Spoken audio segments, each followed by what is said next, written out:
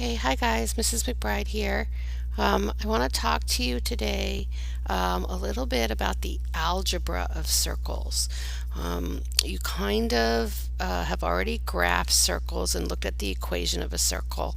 So we're relating circles to the coordinate plane and to algebra. So first thing I want to talk to you about, and this is something you did probably at the end of algebra last year. It's something called a perfect square trinomial. Okay, and it goes back to factoring. It's a trinomial that can be factored into two identical binomials. In other words, if you square a binomial, you obtain a perfect square trinomial.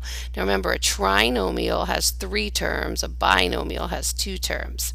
And then we're going to look at the process of completing the square, which is the process to create a perfect square trinomial where there's not one. So let's look at some examples of a perfect square trinomial. And I'm able to recognize perfect square trinomials right away. If you look at the middle number, okay, the number in front of the linear term, and you half it. So I take half of 2 and I get 1. And if I square that 1, I get the third term. So you take half of the middle number, square it, and then when you get that term, you square it. Of course, in this case, it's 1, so 1 squared is 1. That's how you recognize a perfect square trinomial. And a perfect square trinomial factors into two binomials that are identical. Okay, this one happens to factor into, and if you remember, you probably use your magic X, you need two numbers that multiply to 1 and add to 2. So the two numbers that multiply to the last number and add to the middle number are 1 and 1, positive 1 and positive 1. So this factors into x plus 1, x plus 1, which could be written more simply as x plus 1, the quantity squared. So if you want to test yourself, you can go ahead and FOIL this back together. So x times x is x squared, x times 1 is x, and then these two, 1 times x is x, and 1 times 1 is 1, and that is x squared if you combine your middle two terms, x squared plus 2x plus 1. Okay, next one. Is this a perfect square trinomial? Well, you look at the middle number and you take half of the middle number. So half of negative 6 is negative 3. And then you take that negative 3 and you square it and you get the third number. You get the constant term.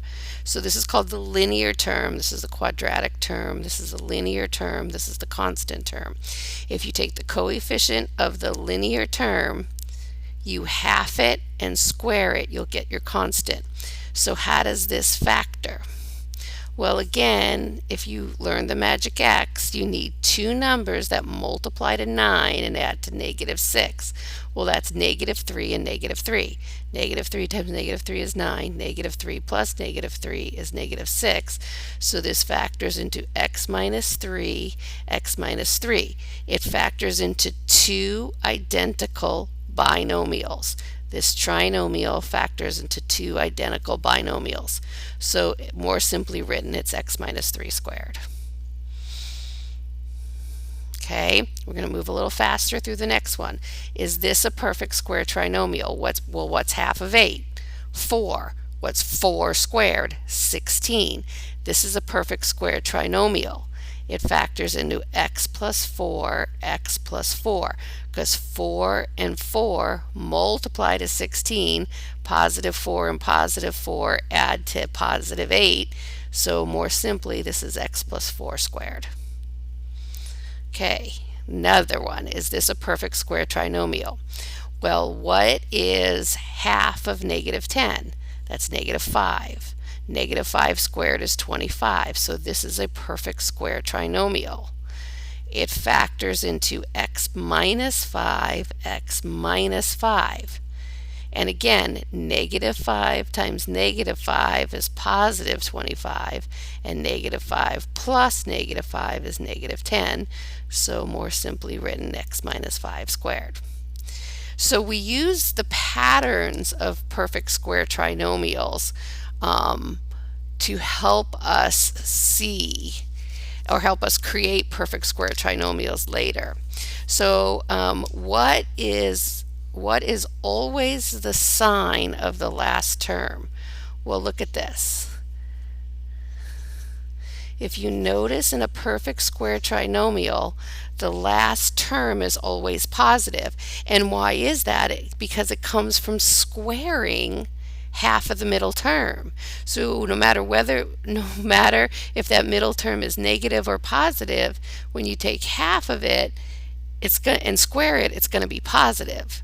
So the answer to this question is the last term of a perfect square trinomial will always be positive. If you have a negative on the last term, it'll never be a perfect square trinomial. What's the relationship between the sign of the second term in the trinomial and the sign of the binomial in the factorization? Okay, that's a lot of words, but we'll break it down. The sign of the second term in the trinomial. So this is the trinomial. So notice here the second term is positive. And then this is positive. Here the second term is negative and this is negative. Here the second term is positive and in the factorization it's positive. And here the second term is negative and in the factorization it's negative. So whatever the sign of the second term is in the trinomial, that will be the sign in your binomial. So basically they're the same. Okay, now what is the relationship between the second coefficient and the third term of the trinomial? Well, we've kind of already said that. If you take the second coefficient and you half it and square it, it's the third term. Half this is negative 3 and square it, it's 9. Half this is 4, square it, it's 16. Half of this is negative 5 and square it, it's 25. So what is the relationship between the second coefficient and the third term? If you take half of the second coefficient, and I'm going to abbreviate, and square it, it's equal to the third term, or the constant. The constant is the one without a variable. Now, what's the relationship between the second coefficient and the constant in the binomial? Remember, this is the binomial, two terms. This is the trinomial. Notice whatever this number is half. Whatever this number is half. Half of negative 6 is negative 3. Half of positive 2 is positive 1. Half of 8 is positive 4. Half of negative 10 is negative 5. So what's the relationship between the second coefficient and the constant? Half of the second coefficient is equal to the constant. Okay, so those patterns help us create perfect square trinomials. And believe it or not, this all relates to circles, and we're going to get there in the next video. But let's create some perfect square trinomials. What number would have to go here to create a perfect square trinomial? Pretty simple.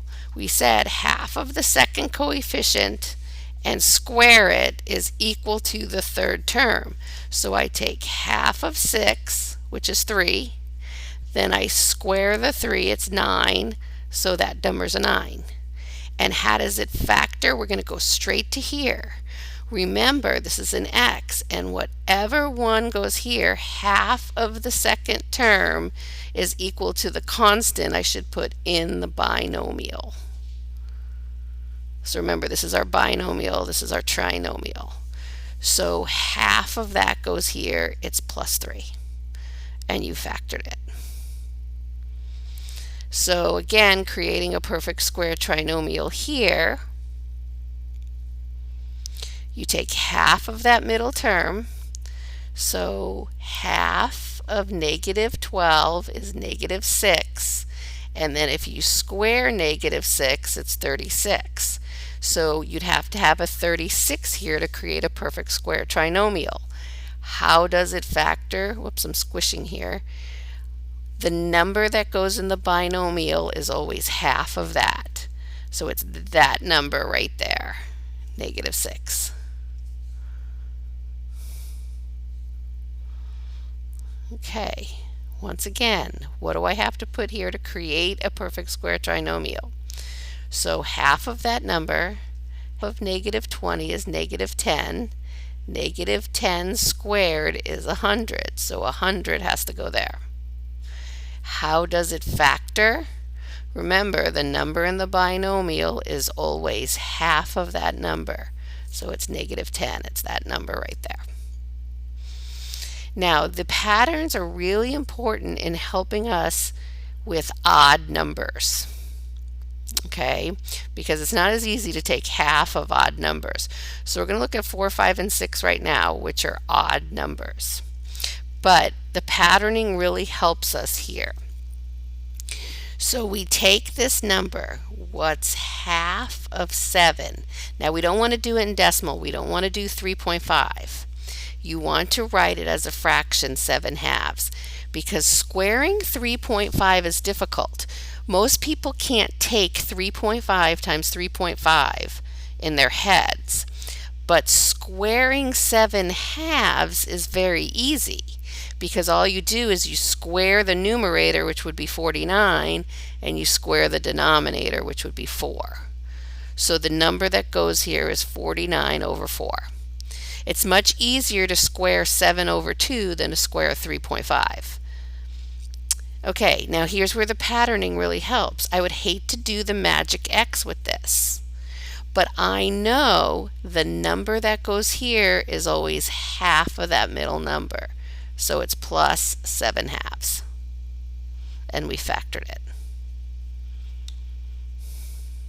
Okay, again, half of the middle number, so half of negative 5, and again, I strongly urge you to use fractions and not decimals, is negative 5 over 2. Okay, and because it's hard to do 2.5, because we've got to square that number. It's hard to do 2.5 times 2.5 in your head. But squaring negative 5 halves is very simple. It's 25 over 4. Remember, when you square a negative, it becomes positive. So what goes here is 25 over 4. Then when you go to factor it, I know I don't want to do the magic X. That's really hard to do the magic X with this. But I know by patterning, the number that goes in here is always half of that middle number. It's the negative 5 halves squared. Again, I'm squishing. Okay, pause the video for a minute and try to do the last 6, 7, 8, and 9 on your own, and then come back to the video and you can have the answers.